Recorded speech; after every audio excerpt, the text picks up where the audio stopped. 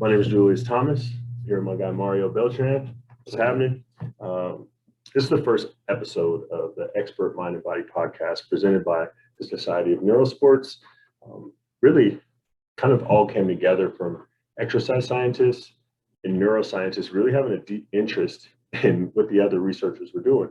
So Dr. Charter decided to start the society to really bring those groups together to be able to kind of encourage different research and relationships that can really help out in different professional settings. And it's really, in the way I like to conceptualize it, is how do you bring that evidence-based perspective to mind and body? And as a society is growing and there's been a lot of interest in the society, I'm like, I think it's time for us to start doing a podcast so that we can really kind of shine that evidence-based light to people that are trying to gain interest into things that are happening with the mind and body. And, you know, we're so fortunate in this society to be around so many highly educated, either practitioners or researchers. And they really have so much great information to share. So we really appreciate you coming on, being the first guest. It's an honor, really. Yeah, you know, I mean, it's really fun because when you talk about something like the mind and body, it's something that everybody's interested in because everybody is experiencing it, but wondering, how do I do this right? And I mean, even me, as a student working on a doctorate in clinical psychology, I have so many questions of, you know, what's happening in the muscular systems or skeletal systems, and these aren't really my areas of expertise. And to be able to just have people in the society that you can go to and get great information and then share with friends and family, I think it has a good benefit for everybody involved. Oh yeah, it's really complex. I mean, there's so many areas to look at. We don't know everything, and I mean, I think it's good that we kind of all see the different lenses because it kind of complements each other like that. The human being is it's complicated. There's a lot going on inside of people. So, you know, the first thing we want to do is make sure that we let everybody know that the Society of Neurosports is going to be hosting a sex symposium, a sex differences symposium on July 16th. There'll be 4 speakers, and we're going to talk about the biology of sex differences and how that relates to health and performance. So it'll be great speakers. Really encourage everybody to check that out. It's actually going to be in person and hybrid. So if you want more information, you can go to nova.edu/sharkchats, or you can go to Society for Neurosports Instagram page, and more information will be there. But let's get to you, man. Like, tell us a little bit about your background, you know, maybe how you're from South Florida, your interests, some hobby, you know, give you a second to kind of introduce yourself to the audience and show them why you're considered an expert in what you do. Gotcha. Well, I'm born and raised in Miami, amicably known as Dade County. Yeah. So been here for all the way through high school. Then I left, went to University of Florida for undergrad. Then I hear it's called the Harvard of the South. Is this true, or is this just what other University of Florida grads have misled me about? I mean, we're the best in Florida. So I mean, we call ourselves, you know, as the public Ivy League, basically, you know, of the South. But we're just the University of Florida. Okay. You know, I like it. But then after that, South Florida called back to me. I had to came back down here and did my doctorate at FIU, you know, for International University. Then I left. I was working in Atlanta for 3 years, and then South Florida called me back, and here I am again. Okay, so you got to be specific. When'd you get your doctorate? I mean, it's an amazing accomplishment. So, you know, congratulations on getting that doctorate, that grind that takes. But, you know, let the audience know, what'd you get that doctorate in? It was a doctorate of physical therapy. How was that for you? It was a interesting 3 years, a lot of work, a lot of grind. But, you know, it's nice.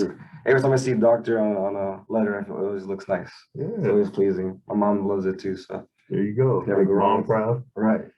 So what about, you know, tell us a bit about yourself, you know, like what is maybe something you do on weekends? What are something that, you know, maybe you would consider a hobby, you know, so we can see you kind of maybe outside of, you know, Dr. Mario lens. Yeah.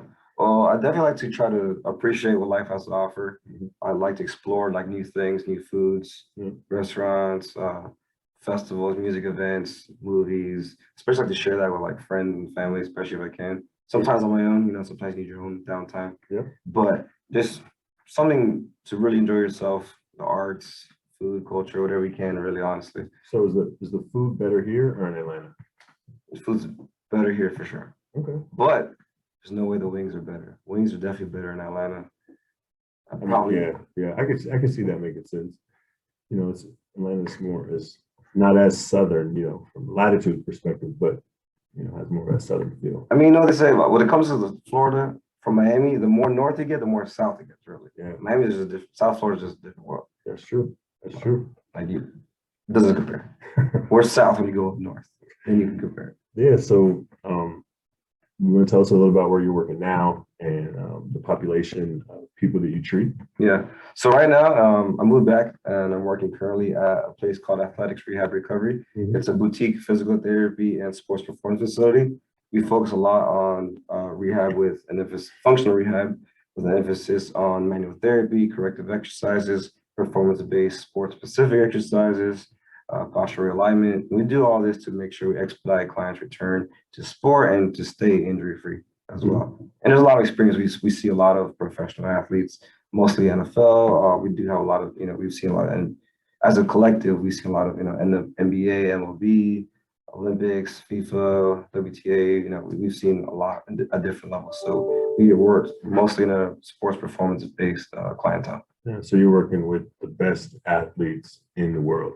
You can say that, I'd be biased to say best, but yeah, we do work with some of the best. Yeah, I mean, a Society for Neurosports, we have so many individuals that are part of the society, and whether it's MLB,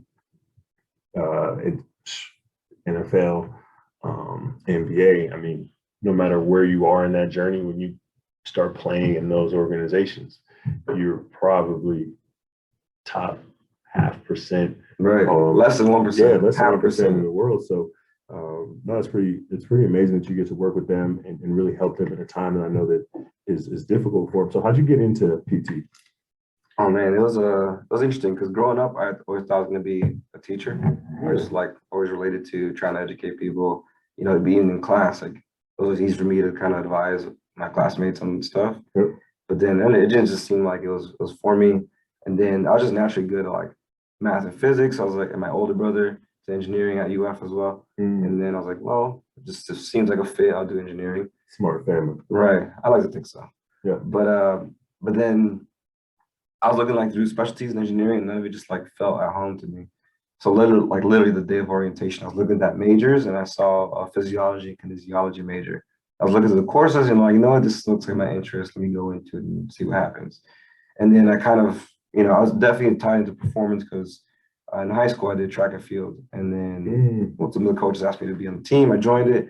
And then when I saw how different the training was for all different kind of events, I was intrigued about they're doing this, they're doing 100 and the 200 people are doing different than what the mile runners are. And even though it's one of those things that makes sense, you don't think about it. And then I kind of want to dive deeper in it. So I've always been intrigued in that performance aspect. And then once I started, I knew that my major would lead me to physical therapy, but then I knew it was for me when I started working as a tech. And it wasn't because any cute little story, but more for the fact that I remember sitting on a few in-services that my bosses run at the time. And I was just impressed with how they were able to take this information and solve puzzles basically with it, with human beings being the puzzle. Yeah. And then it makes sense that physical therapy kind of combines all these aspects of it because, you do have to do a lot of education on health with your clients.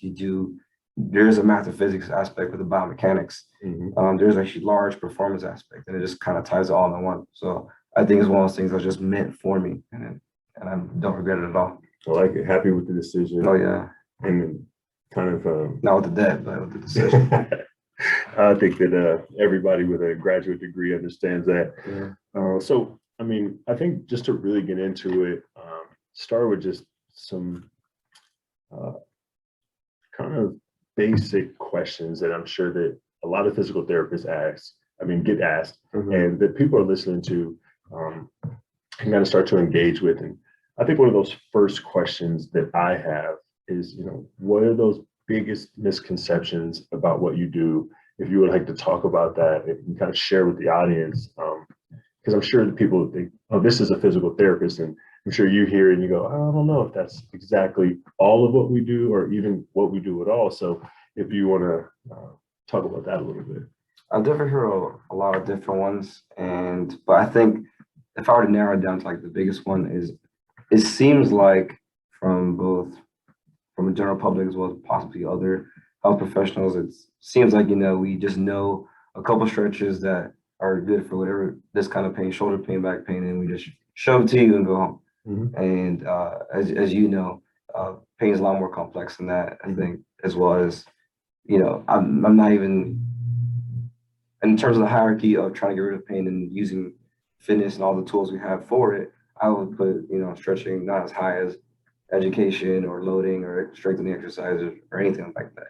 I do think it's useful, but it's like it waters it down so much. I'd rather be biased that people just say we strengthen people all day than stretch people all day, to be honest. So you think that there's a greater strengthening component, and that's more important for helping people's recovery than being flexible and stretching?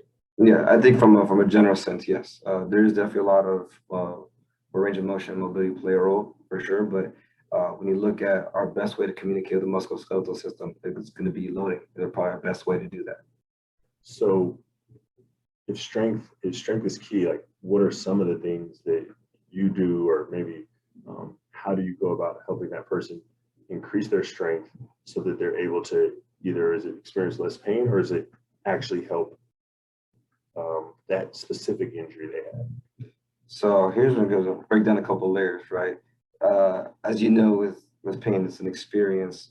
So part of the experience is, can this person do what they want, right? Whether this activity be tied to their identity, like some people experience pain that's tied to, not being able to care for their child or grandchild, or to perform their job, to take care of their families, or because they feel like I should be able to do this. Why is this difficult for me?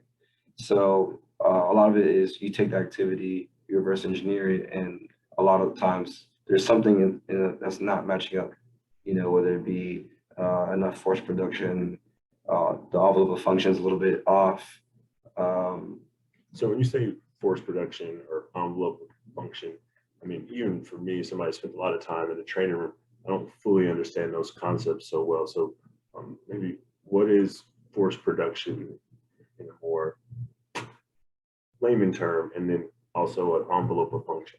Sure. So a good example of insufficient force production is it takes somebody who says, I can't pick up my 30-year-old child, grandchild. I mean, not 30-year-old, 30-pound child or grandchild, right?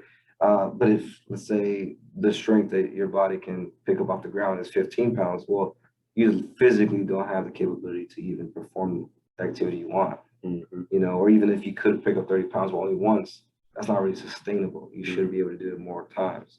So you just literally can't generate enough capacity to do what you want. And that happens a lot of times in this field, from both high level as well as from the sports aspect to, your general outpatient orthopedics. That's one common aspect that we deal with. It's just insufficient. Are you even able to do this physical movement pattern that you're doing on a daily basis? And that's maybe one of the reasons why you're either not able to do it or you're having pain when you do it. But what would the envelope of function be? So this comes down to, this is going to go later into one of the topics we might deal with, but in part of the envelope function, we think about tolerance. And let's take somebody who, I know as someone who works out and stuff, I'm talking about, where let's say someone can bench 100 pounds and, physically they can do it 10 times or whatever number, and you're not going to get injured. But for some reason, for multiple reasons or whatever reason, they're benching 50 pounds, but it doesn't feel good. So physically, they're capable to do it. There's something not tolerating it well. So why is 50 pounds, even though we know 100 pounds isn't heavy enough for this person to actually get hurt, 50 pounds is still not comfortable. There's not a pleasant experience with it. So that's where envelope function, within that envelope function, the tolerance is off, and that could be related to recent injury or different other factors. So you're not really able to do that max production that you have the capacity to do even below that, it's still difficult. You're still experiencing some type of difficulty with that, and you're going to figure out that puzzle piece of, what's happening here in this movement that's creating this discomfort here, and you're able to do this way over here. Okay, so that's one model that I use. There's a couple different models that we'll touch on in terms of like how to incorporate those ideas, but that's one model that gets involved a lot. Okay, perfect. Well, another question.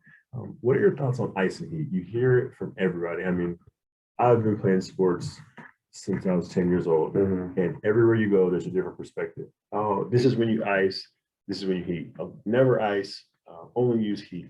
What are your thoughts about that? And maybe can you help us understand why this question is still ongoing and we haven't clinically determined ice and heat this time, not this time, and the why? This question is never going to die. Really? Well, why not? It's like a Nokia phone battery, just stays on forever, right? I don't know. I think it's because there's a lot of tradition that sticks with it. I think that's one thing that ties into our decision making is tradition, as well as emotional ties to it. You kind of immediately think we've been programmed our whole lives to say ice, after injury. But when it comes down to it, the ice and heat, there's really two main things we're aiming for, and that's when we think about what's the intent of it, right? Yeah, that's what I want to know. There's two main reasons why we try to do it. Whether or not you decide to or not, the argument is going to be the intent is for pain modification and for an inflammatory response. Right? That's the two main things. I can't think of anything else why anybody says that's why you should do it. Yeah. So I think for one, ice and heat, I think can be great in modifying pain. I mean, how many times have you told someone ice time, they love the feeling of it? I mean, and then also I've had it on the other end where people say, put some heat on it. How many people love putting hot packs on or getting into a warm bath? People just love it. And I mean, if that's a positive experience for you, you're gonna have less pain. So I think in terms of pain modulation, that is a great aspect to use. And I think you can't go wrong either way. I think everyone has their own personal experience. I've definitely seen people who I offer them ice, like, no way. And then I'll just give them heat and they feel better, and then vice versa. So I think it's a lot tied to based on what your experience is and what do you have positive feelings towards. Now, the trickier question is going to be inflammation. So the main argument was, especially what I was taught all the time, was when you put ice after an acute injury, biggest thing is acute injury, right? Is to slow down this inflammatory swelling process that's going to happen. So you sprain an ankle, you get some swelling, and you're like, let's not overswell it, and then put ice there. I think the counter argument is, well, the inflammatory response is supposed to be good for healing. So why would you slow that down? Let it happen. And then it's kind of the debate is like, well, is swelling and inflammation an over response? Is it just over dramatic response trying to heal so much versus less? Plus the pain experience that comes with it is also unpleasant. And being in an unpleasant state is also could be pro-inflammatory.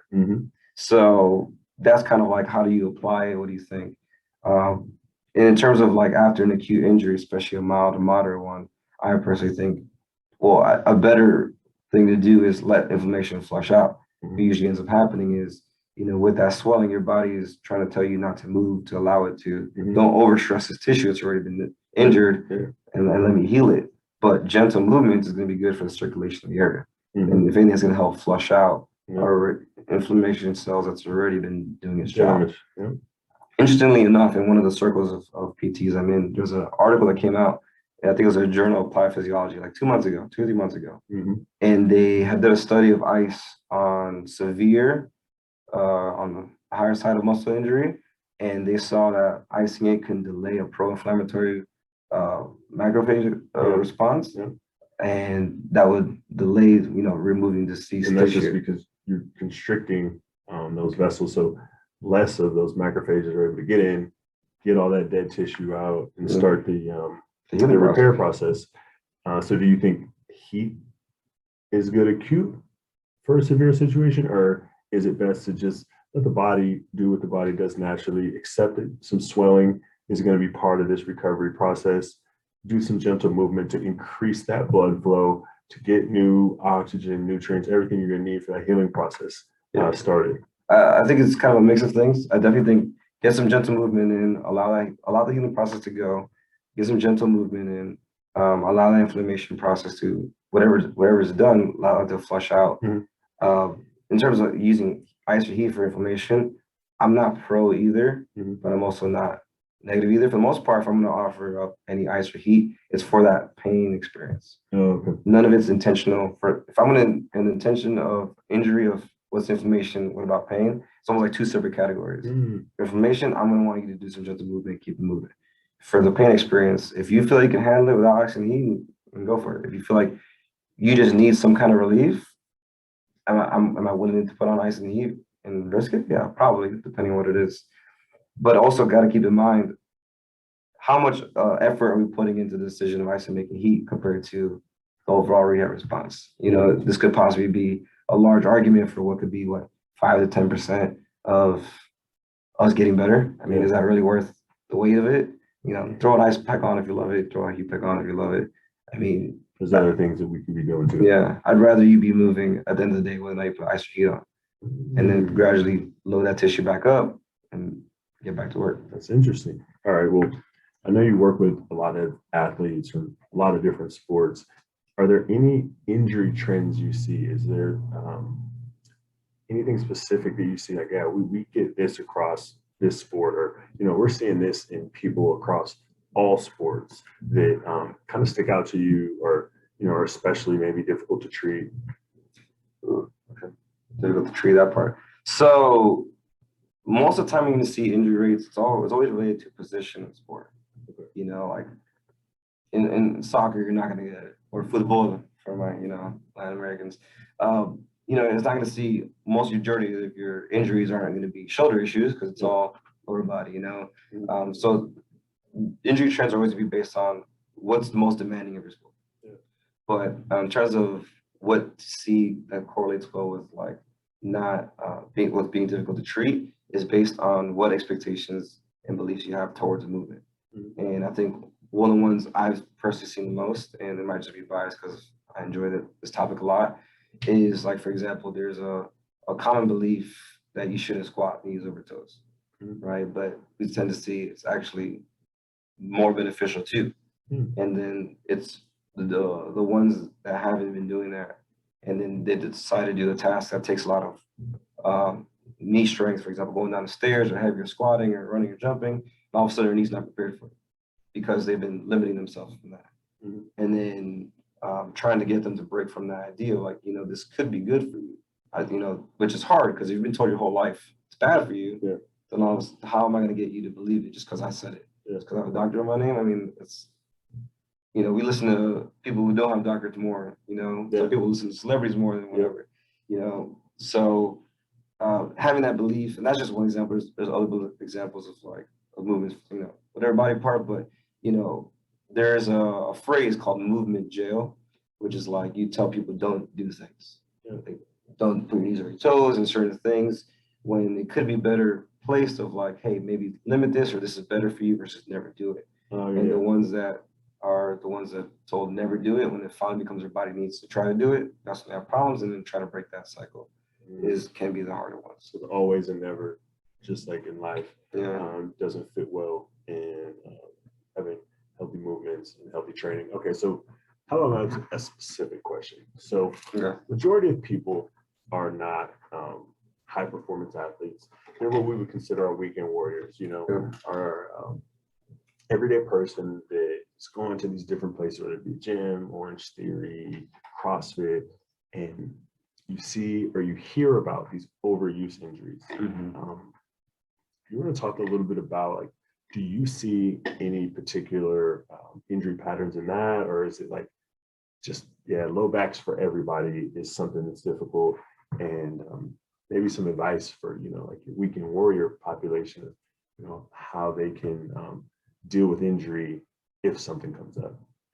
How to deal with it comes up. Well, I think with the whole overuse idea, I think consistency, chronicity is always the best thing. If you're consistently doing something, then your body's going to adapt to it better. So it's not spikes in load.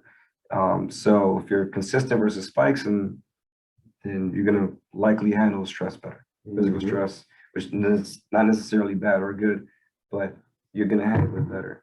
So when it comes to that, I think the biggest thing is you got to be smart with your numbers. Like you should know what too much too soon is, but at the end of the day, I'd rather you do a little too much than a little too less, because we've seen what inactivity does in this country. And there's definitely not a lot of exercise done. So I'd rather someone who's decently strong with a mild strain come in and just, get it done in a few weeks versus a person who did something small, gets hurt, but because it's such at a low level, they've takes weeks and months to even get them at a decent point. So it's worth risking. I'd rather you risk a little more than a little less. But still, at the end of the day, you gotta be smart in understanding what's too much, what's too soon. And that brings up another good thing that it might be interesting to hear your thoughts about, because I think so many people kind of assume that PT is for athletes, but it sounds like from what you were saying, PT could be something that could be very beneficial for like the weekend warriors that maybe don't normally seek out physical therapy when they feel that consistent ache, or now it's starting to become a chronic pain. Do you think that maybe there's a reason why, or do you see a lot of people that you would consider like your weekend warriors, your avid exercise individual that's not doing this, to get paid, but something that they consider a big part of their life? Oh yeah, I do see it often in my career. I've seen it a lot, and I do think it's hugely beneficial. I think one of the biggest things is our goal in that realm is to keep you doing your weekend warrior stuff. I think to tell anybody to stop doing what they love is probably the worst thing you can do. Like anybody who discourages you from doing exercise, that's probably not somebody you should talk to.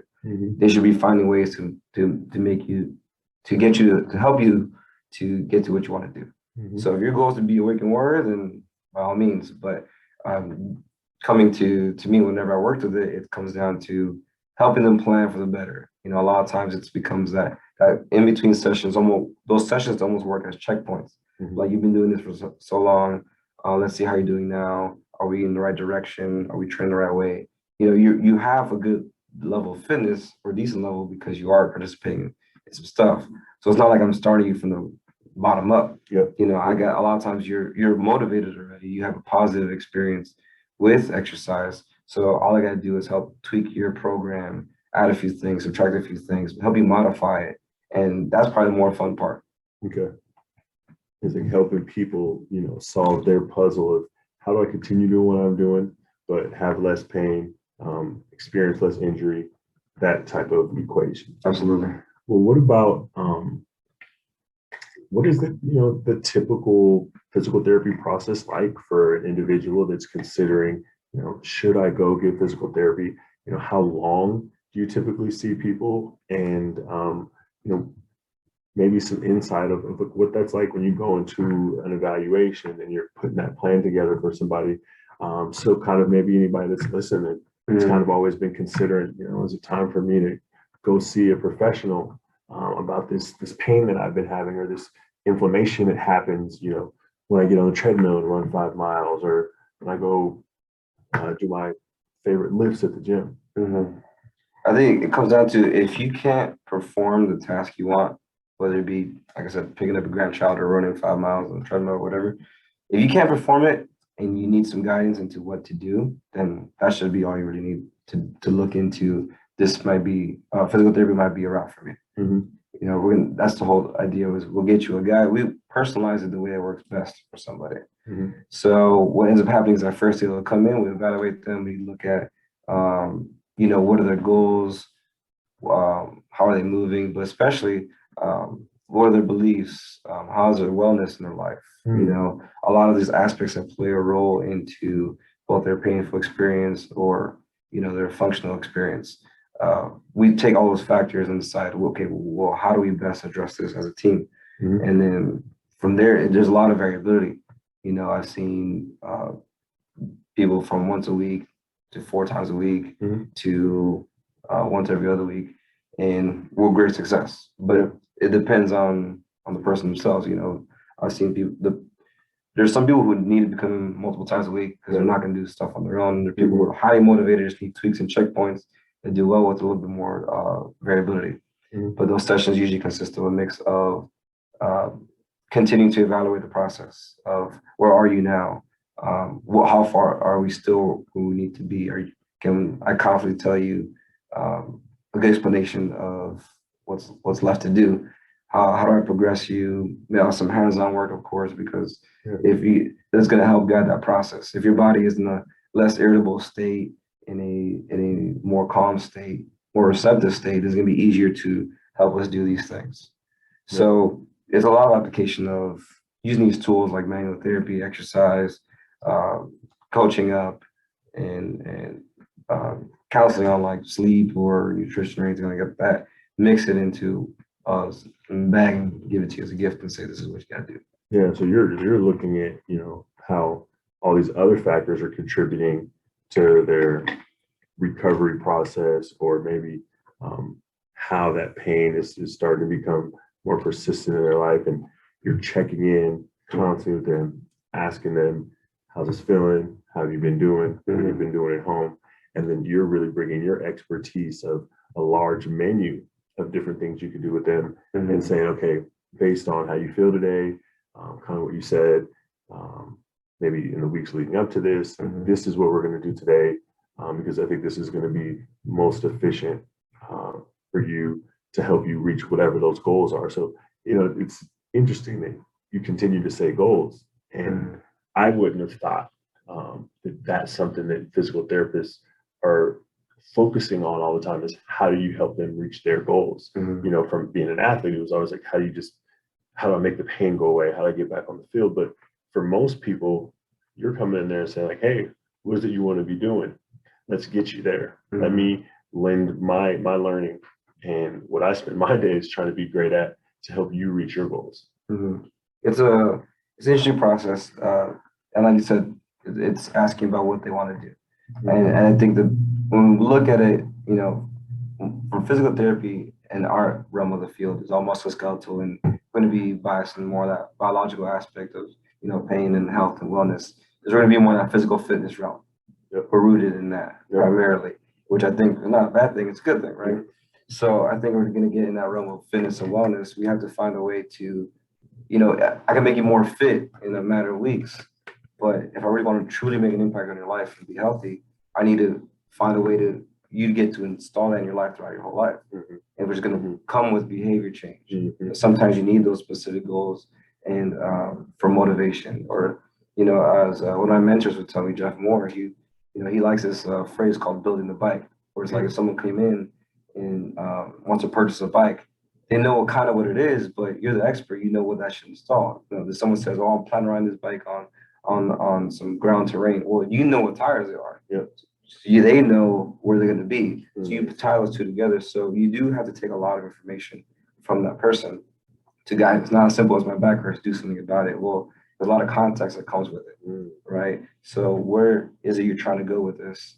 And I know what tools make that successful. Let's combine the two and make it in a way that not only makes you better in a few weeks, but keeps you better for a long time. And then that right there that's the key value add. Like that's why you go to a physical therapist, because you reach this point where you say, you know what, I need somebody that has more information, greater understanding than I have. Let me go. I always like to use the phrase, let me lean on their expertise, because this is going to help me out. And then you as PT are able to come in and say, oh, you want to do downhill biking. And then you say, okay, how do I help a person build their bike? All right, if they're going to be using their body for this type of activity, this is how I can help that load production, envelope of function, help their behaviors so that they're able to do that, reach their goal, whether everything they like, and do it well for a long period of time. And that's another thing I keep hearing you mention is just the longevity of, you don't want somebody to just feel better for a little bit. How do we get you in a place where you can sustain this level of fitness or pain management across that thing you love doing? Yeah, I think how that's can I pretty cool. install fitness in your life? Like if we worked for 6 weeks or whatever time, 4, 6, 8 weeks, and at the end of that you don't feel motivated to get into any kind of fitness, I think I failed, honestly. I like that. So one thing I think that's really an important thing to do, and especially when you talk to experts in any field, is ask them what they're interested in. What type of things do really bring you a lot of motivation, or what would you like to share with the audience about physical therapy from maybe the population you work with, or some of the concepts that you find most useful, and kind of drop that knowledge on us. I mean, definitely with the interest stuff, like it's always been a combination of like this whole pain and performance kind of thing. I mean, like when I first started in my career, it was like coming out of school, I was like, I wasn't sure I knew what I was doing. A lot of it was, when you study for the boards and all this stuff, it's like you kind of do these things based on like, oh, this is the way you're supposed to do. But I don't like ever be in a situation of like, if someone asks me why and I didn't know how to answer it. I want that rationale. So I kind of dove into the decision-making process of like, why is these things happening? And then like pain started off with like the biomedical model of pain. It's how I always taught and rooted in. And then you start to learn about psychosocial pain. And then you're like, okay, I'm gonna apply this in life. And then my first year, I was working with a lot of chronic pain. So that was a perfect time for me to apply that. And then, so of course, finding good success using using models like that. And then, like another model was the allostatic load model of pain, worked well in that area. Then my second job, I worked in more occupational health, where I was getting acute injuries with like a lot of laborious stuff and with manual labor and all that. And like I would literally have seen people who got injured 2 hours ago and they're already here, completely different end of the spectrum. And those models weren't necessarily the best for it. And like, even though there's a lot of application of it, those were like, allostatic load model isn't necessarily the best here. Like at the end of the day, if anything, biomedical made more sense because you got to appreciate tissue healing times, like kind of switch back and forth. So I kind of started to play around with like, okay, well, maybe these models don't work best for everybody. I think they all kind of have their role. Much like we make models of, if you're making a building, you create a model. Why do you make small models of it? I think you need to remind yourself, like, what is it am I trying to build? Like there's a lot of nuances between it. So what am I trying to build? Or even like when models are, wearing clothes and whatever, and for you to buy, I mean, they're not going to look exactly like you, they have different sizes, shapes, but it'll give you an idea of how this could look on somebody. So I think we can apply that a lot of times too is, what am I trying to build? Is this model going to look good for this person? Is it actually going to work for them? And then that kind of helped me like really personalize this even further level is like using these different models to help me structure where I'm going with it and go from there. But then especially within that, like I said, we're at the end of the day with physical therapists, most of our roles going to be in the bio aspect of it, even though we do consider psychosocial and even economical implications within these experiences. We're still at the end of the day mostly a bio thing. So like I said, loading models are our best way to communicate with musculoskeletal system. So I try to learn more about these training aspects, like Vermeer's hierarchy of load, using force velocity curves, envelope of function, and like dynamic systems theory. Like applying those helped me realize like how can I best do that bio part. And even then, same idea, using different models to apply it to the situation. So just becoming better at not only being understanding of pain, but as a better strength coach, helped me become better at what I do.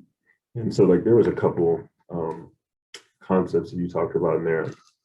First off, the allostatic pain model, that's not something I'm familiar with. If you're going to tell me a little bit about the allostatic pain model. I mean, in neuroscience, we talk about allostasis a lot, but I haven't, heard anything about the allostatic pain model. Yeah, I think my favorite analogy with it is the empty cup. So essentially everyone's an empty cup. And when you add load to the system, whether it be biological, psychological, social stresses, they start to fill up the cup. But once it overflows, that's when it becomes a problem.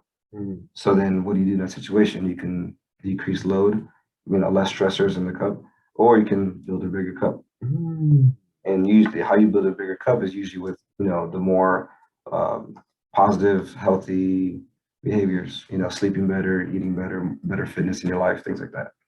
So it's almost like if we can reduce some of the stress load of everything that's happening in life, that's going to create some more room for you in that cup, or that would be the increasing the size of the cup by saying, all right, here, there's these other things that you're doing behaviorally that are components in this pain.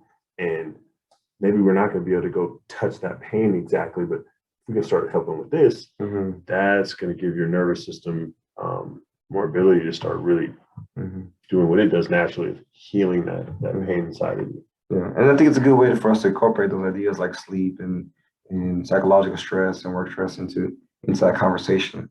Because, you know, a lot of times it's pretty common that, especially for general public, of like, you know, they hear something hurts and it's like, something must be wrong with me. And you're like, well, that tissue might actually be pretty fine. It just, you got low level fitness, you don't sleep well, and you're the worst time in your work life. Yeah.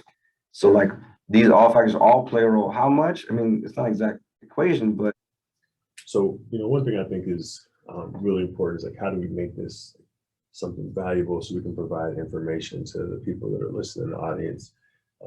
Do you have like just one wellness tip that you think that people can implement to be able to increase their health from a physical therapy standpoint? Please just start lifting or getting stronger. Like there's so many ways to do it for fitness. Just even having some kind of level of fitness goes a long way. So just the absence of it can do so much damage. Just even a little bit. If all you can fit is a little workout here and there, like it'll take you far. There's a lot of people in the Society of Neurosports that are going to be ecstatic to hear you say that increasing the level of fitness is one of the best things you can do from a physical therapy standpoint. So I think that's something that people probably overlook, but we've understood from what you talked about today, from the envelope of function, the load production, and really how to reach and sustain those goals that you have for whatever it might be. Fitness, increase that level of fitness, add some strength.